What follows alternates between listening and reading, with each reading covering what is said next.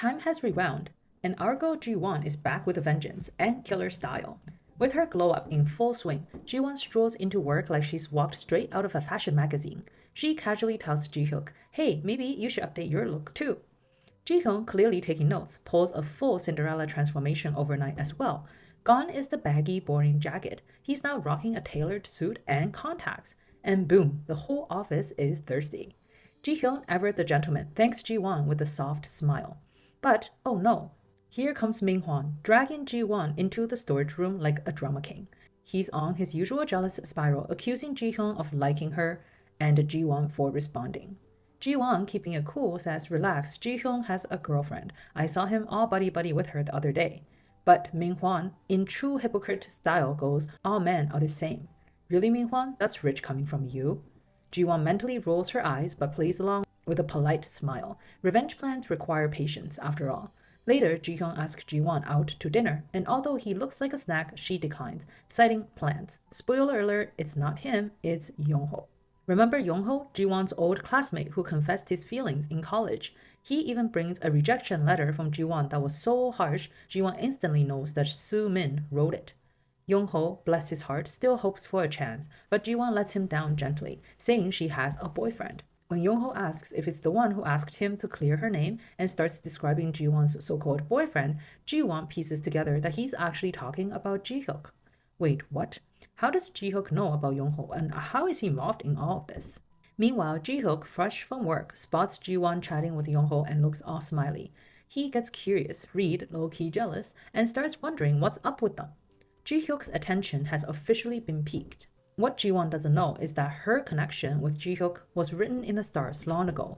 Flashback to Ji-hyuk's college days, he's celebrating his discharge from the military when he bumps into a drunken mess of a woman. Yup, it's Ji-won, completely wasted and being harassed by some shady guys. Ji-hyuk, being the knight in shining armor, steps in to protect her. Ji-hyuk ends up sitting with Ji-won on a grassy patch, letting her vent her heart out. Through her drunken tears, Ji-won spills her tragic backstory. Her mom left years ago, her dad passed away 3 months ago, her boyfriend dumped her, and her only friend, Soo-min of course, is never there when she needs her. Ji-won even admits she feels inferior to Soo-min, who she thinks is beautiful and so kind. Ji-hyuk, seen through the narrative, casts doubt on their friendship based on what it makes her feel. Ji-hyuk gently encourages Ji-won, telling her she deserves real friends and happiness. As the night quiets down, Ji-hyuk covers Ji-won with his jacket while they fall asleep side by side on the cool lawn. Though their encounter is brief, Ji-hyuk feels something special for her. The next morning, Ji-won leaves in a hurry, and since Ji-won wasn't wearing her glasses, she never got a good look at his face. Later, Ji-hyuk spots Ji-won on campus caring for a stray cat. Her kindness touches him again, and he secretly starts leaving snacks for the cat and even builds it a little shelter. Despite his growing feelings, Ji-hyuk never confesses. Fast forward to years later, Ji-hyuk is shocked to find out that the new hire at his company is none other than Ji-won. But by then, she already has a boyfriend, and Ji-hyuk misses his chance again. Back in the present, or should we say past, Ming-hwan is blowing up Ji-won's phone, but she shuts it off. If it wasn't for her revenge plan, she wouldn't waste another second on him. On her way home, Ming-hwan blocks her path, accusing her of dressing up and wearing makeup to seduce other men. He even throws in a low blow about her mom, saying like mother, like daughter. Ji-won immediately realizes Soo-min must have planted this idea in his head. Turns out Ming-hwan had asked Soo-min about Ji-won's whereabouts, and Soo-min, pretending to be helpful, told him Ji-won had dressed up for a date. She even reminded him about Ji-won's mother's affair, fueling his paranoia. Ming-hwan, now convinced Ji-won is cheating, grabs her wrist and demands to know where she's been.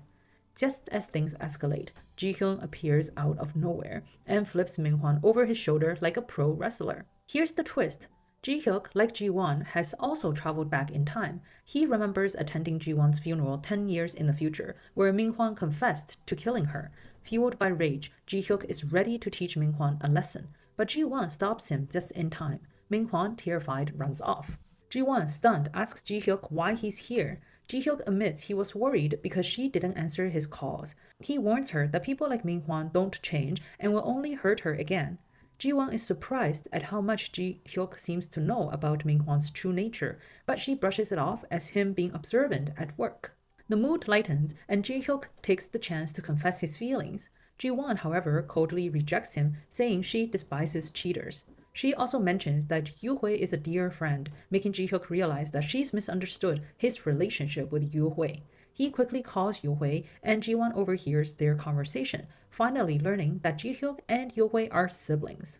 Feeling embarrassed, Ji-won apologizes, but Ji-hyuk assures her that his feelings for her are very real. His heartfelt confession leaves Ji-won speechless. Later, as Ji-hyuk drives her home, Ji-won thanks him, but before she can say more, Ji-hyuk leans in for a kiss. Ji-won freezes, caught off guard, but doesn't pull away. Just as the moment intensifies, Ji-hyuk suddenly collapses. After Ji-hyuk's sudden collapse, a hospital checkup reveals it's nothing serious, just stress overload. But when Ji-hyuk wakes up, he's less concerned about himself and more worried about Ji-won. He insists Ji-won gets her stomach checked too. Ji-won blurts out that she recently had a CT scan and it's just gastritis. Ji-hyuk's reaction? Shock. Ji-won, equally surprised, wonders how Ji-hyuk even knows about her chronic stomach issues. Ji-hyuk quickly brushes it off, knowing that he can't reveal that he's from the future. Ji-hyuk's heartfelt concern leaves Ji-won feeling conflicted. After being burned by Min-hwan, she's hesitant to trust another man. She rejects Ji-hyuk's feelings, using her "I already have a boyfriend" excuse. Ji-hyuk, ever the gentleman, calls her a cab and follows behind in another car to make sure she gets home safely. His quiet care and tenderness move Ji-won. It's the kind of love she's never experienced with Min-hwan or anyone. Meanwhile, Yong-ho is still in the picture, trying to win Ji-won over. He shows up with a homemade cake, which Yoo-hui eagerly tastes and declares delicious. Yoo-hui, ever the foodie, insists that whoever made it must be a true romantic. Yong-ho shyly admits he loves baking for people who are important to him. Later, during the morning rush at work, Yong-ho even brings Ji-won coffee, which Ji-hyuk notices. Seeing Ji-won smile at another man sends Ji-hyuk into a jealous spiral. Min-hwan, still salty over Ji-hyuk flipping him over, confronts him. "Do you like my girlfriend?" he demands. Ji-hyuk doesn't mince words. He tells Min-hwan to break up with Ji-won.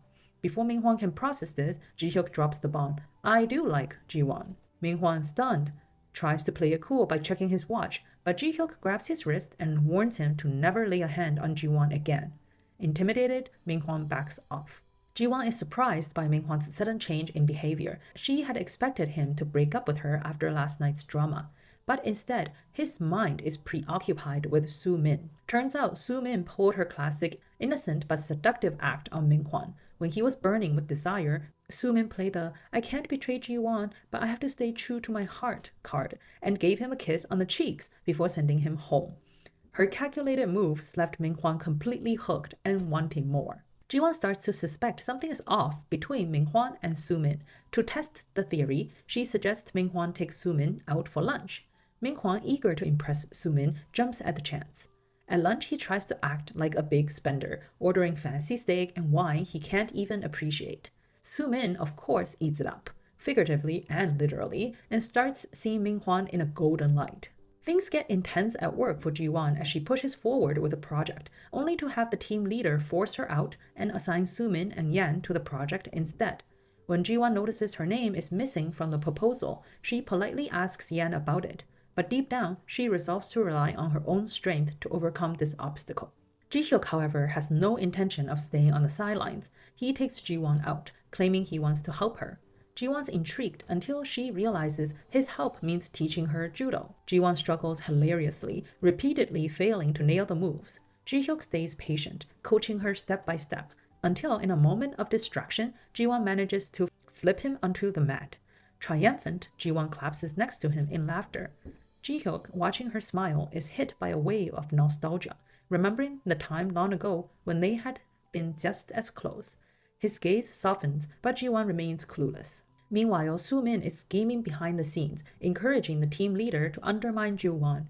Ji-won, however, stays calm and confident. She declares that the team leader is underestimating her, and she's determined to face her challenges head-on, thanks to Ji-hyun's teachings. Ji-won comes up with a brilliant marketing idea for the project. She suggests making one of the company's executives Won the face of the brand for a new instant meal kit. With his years of experience in the food industry, Ji-won believes they can market him as a warm, fatherly food expert. The team leader, thinking this is a great chance at flattery, quickly approves the idea. Following Ji-won's plan, Won becomes the face of the campaign. Appearing in commercials and cooking shows, the strategy works wonders, and sales skyrocket.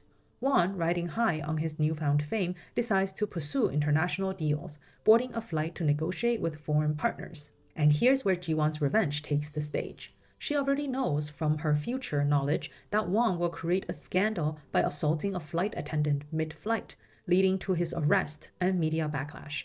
As soon as Won boards the plane, Ji-won calls him to express her complaints about being removed from the project, which frustrates him further. True to the timeline, Won loses his temper on board, berates the flight crew, and even assaults an attendant with a rolled-up magazine. Passengers film the whole ordeal, and the footage spreads like wildfire online. Won's image as a good dad and food expert comes crashing down. Consumers boycott his endorsed products, and the company has no choice but to fire him. To make matters worse for the team leader, Won mentions during a phone call that Ji-won was the real brains behind the project. When this leaks to the press, the company schedules a meeting to investigate the team leader for stealing credit. Ji-won finally gets the recognition she deserves. Ji-hyuk praises her for her hard work, acknowledging how tough it was to take down her opponent. As they're talking, Ji-won's phone slips out of her pocket, revealing it's playing a BTS song. Ji-won casually mentions she's in the mood to listen to another BTS song, which surprises Ji-hyuk. They chat about their favorite songs until Ji-won realizes something. Ji-hyuk's favorite song hasn't been released yet in 2013. Ji-hyuk in turn notices the same about Ji-won's song choice. The two shares a knowing glance, silently confirming that they have both traveled from the future. Their shared secret deepens their connection, making the beginning of an unspoken partnership. Ji-hyuk finally drops a bombshell on Ji-won. He attended her funeral in the future. Yep, her funeral. He wants to tell her everything about that day and the many events that followed, so he takes her to his place for a quiet conversation. Ji-won notices a burn scar on Ji-hyuk's arm, the same spot where she once had a scar from a boiling kettle. But now her scar is gone, as if it's been transferred to Ji-hyuk. As they talk, Ji-hyuk accidentally drops his cup. Ji-won instinctively reached to catch it, but Ji-hyuk grabs her hand instead. He's pieced it together. No matter what they do, certain events are inevitable. Ji-won agrees, adding that the only way to escape her fate is to transfer it to someone else. She then asks Ji-hyuk how he ended up in the past. Ji-hyuk lies, saying he just woke up one day and found himself here. In reality, he knows the truth. He died in a car accident, and only death allowed him to travel back in time. If the future can't be changed, then his death is also unavoidable. Later, Ji-hyuk drowns his sorrows at Yongho's restaurant, asking Yongho if he knows certain BTS songs. Yongho, completely confused, laughs it off. At least Yongho isn't from the future and doesn't share the same grim fate as Ji-hyun and Ji-won. Meanwhile, a new director joins the company, and everyone knows he's the chairman's right-hand man. Ji-hyuk storms into the director's office, furious. He knows the director was sent by his grandfather, the chairman of the conglomerate that owns the company. Grandpa has caught wind of Ji-hyuk's feelings for Ji-won and is determined to break them apart. The director, following orders, reshuffles the project team. Yan is made the team leader, while Ji-won, the original creator of the proposal, is demoted to a team member. Ji-hyuk can't overrule his grandfather's decision, but he does manage to get Minghwa and Soo-min added to the team. Ji-won is confused by this arrangement, but Ji-hyuk explains it's all part of his plan to push Minghwa and Soo-min closer together. If they end up together, Soo-min will inherit Ji-won's tragic fate. Unaware of Ji-hyuk's scheme, Minghwa and Soo-min are thrilled. Minghwa even buys Soo-min a strawberry milk, complete with the straw he personally inserts. Soo-min takes a few dainty sips before handing it back to Minghwa, who's over the moon to share saliva. Though he's too shy to drink from the same straw, he promises to treat Soo-min to barbecue and more strawberry milk in the future. Minghwa, clearly smitten, starts plotting ways to get with Soo-min before his wedding to Ji-won. Why not just break up, bro? Meanwhile, Minghwa is kicking himself over a stock that he sold too early, missing out on its recent surge. Ji-won, keeping tabs on the market, knows the stock will soon crash due to a political scandal. But for now, it's still climbing, so she stays put. Soo-min, sneaking a peek at her computer, assumes Ji-won is waiting for the stock to peak and quickly buys in, hoping to flaunt her newfound wealth. Minghwa, on the other hand, pretends to plan a fancy dinner date with Ji-won, but asks her for money to cover it. Ji-won, seeing through his act, claims she spent all her savings on insurance. Frustrated, Min-hwan turns his attention to another stock, debating whether to sell. Ji-won, knowing the stock's impending doom, decides to let him dig his own grave a little further before he sells. She finally agrees to lend him her savings to keep him from selling too soon. To sweeten the deal, Ji-won suggests a group outing with Min-hwan and Soo-min. Min-hwan, thrilled, organizes a picnic at the park with both women. He's clearly enjoying his double life, but little does he know Ji-won is pulling all the strings. During the picnic, Min-hwan treats Ji-won like garbage, but his tone completely changes when he talks to Soo-min. He's all sweet and gentle, while Soo-min spins her web of lies, claiming the three of them are like one big happy family. Ji-won, internally rolling her eyes, thinks, big happy family? Yeah, right. She will never forget their betrayal. When Min-hwan tries to put his arm around Ji-won, she flinches, remembering the time he raised his hand against her to push her to her death. She quickly dodges, claiming there's a bug nearby. Soo-min, ever the drama queen, screams about being terrified of bugs and giving Min-hwan the perfect excuse to hover around her, pretending to shoo away the imaginary insect. Watching this, Ji-won can't help but recall how Min-hwan used to genuinely care for her, like the time he chased away bugs or taught her to ride a bike. But those days are long gone. Just then, Ji-won's phone rings, and she excuses herself. Soo-min sighs dramatically, while Min-hwan seizes the moment to offer Soo-min a bike riding lesson. Maybe that is his play. The call, of course, is staged. Ji-won had asked Young-ho to call her so she could leave Min-hwan and Soo-min alone. Young-ho waits for her outside the office with a bouquet of flowers, which Ji-won accepts. This sweet moment doesn't go unnoticed by Ji-hyuk, who happens to pass by and is clearly not thrilled. Later, the company organizes a team-building event where employees must play games to win their accommodations for the night. Ji-won remembers how, in her previous life, Soo-min manipulated others to secure the luxury RV. Determined to change the outcome, Ji-won hides with Yoo-hui and overhears Soo-min plotting. Soo-min discovers that the coveted flag for the RV is hidden in the water and immediately ropes Min-hwan into her plan. Soo-min, ever the schemer, pretends to injure her hand and dramatically claims she can't go into the water.